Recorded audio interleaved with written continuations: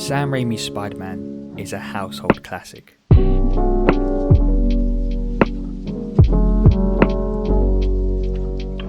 We all know this, it's camp, fun, serious and just an enjoyable movie. And because of that, there is a surplus amount of analysis videos on the interpretation of Spider-Man. So many theories and so many explanations about one character. What more can be said about it?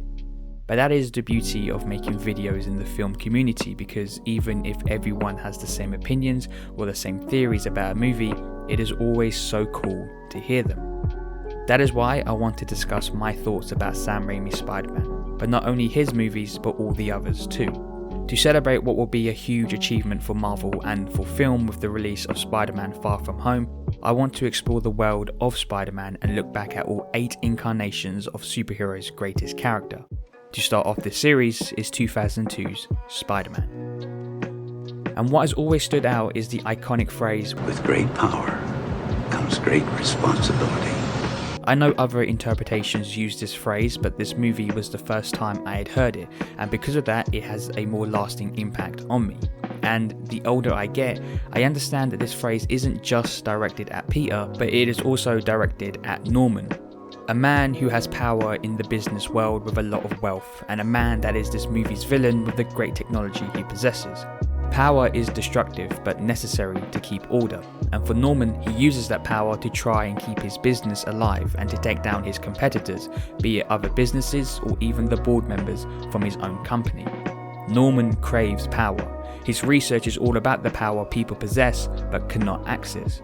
I want to see the progress report on human performance enhancers. But power is dangerous when wielded by someone that can't understand what it's like to be normal.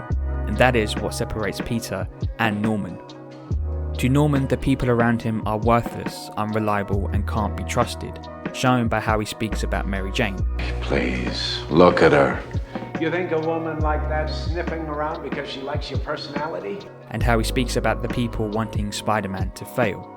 And they found you amusing for a while, the people of this city. But the one thing they love more than a hero is to see a hero fail, fall, die trying. In spite of everything you've done for them, eventually they will hate you. He does not understand their world because he is stuck in his own reality, a reality that has him all alone in a mansion and away from the common people.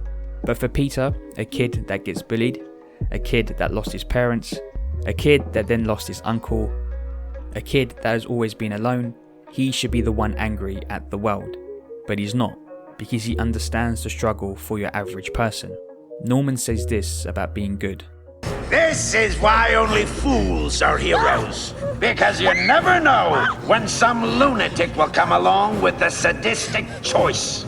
You will always make a choice that will be difficult, and sometimes those choices are a moral one. For example, whether to give a homeless person money or not, or in Peter's case, whether to stop a criminal. Those decisions you make can be difficult, and there are times when you will make the wrong choice.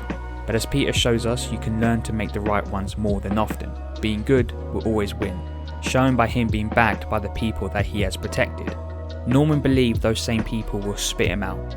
One day they will, but like I said, we all make the wrong choice sometimes, but to be good isn't only about making one decision, it is about making the right decisions most of the time.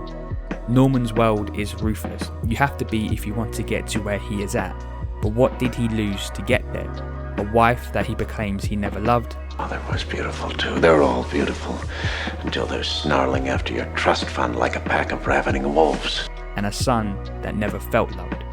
Norman's story is a tragedy. Instead of using the power he attains, the technology he makes for a greater good, he wanted to use all those innovations for the army and make a huge amount of money, not really caring on how the army would use the weapons. Spider-Man fights that moral battle as well.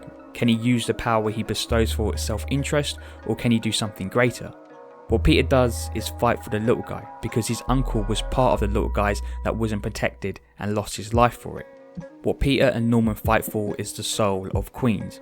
Norman believes the people will turn against Spider-Man, while Peter understands that they may do so, but with great power comes great responsibility, so he will protect them nonetheless.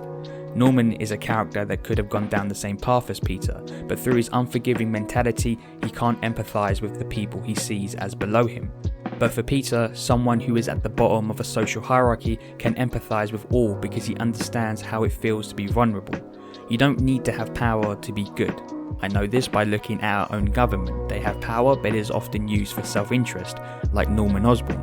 But when power is given to someone that understands the masses and knows what it feels to suffer, then power itself has a great responsibility. And that responsibility is to protect those that cannot protect themselves. Peter does that, while Norman falls deeper in a self-loathing conundrum of good and evil. But good will always come out on top, and Sam Raimi's first Spider-Man understands that. I get that Peter struggles in Spider-Man 2, but I like looking at the first movie in a bubble, because it is defined by with great power comes great responsibility, and that is what Peter understands and Norman cannot grasp. Spider-Man 2 is an amazing analysis on life being utter shit and how we struggle to deal with that. But in the lens of Spider-Man 1 is a movie that shows a beacon of light and good, and is why it has stood the test of time in storytelling.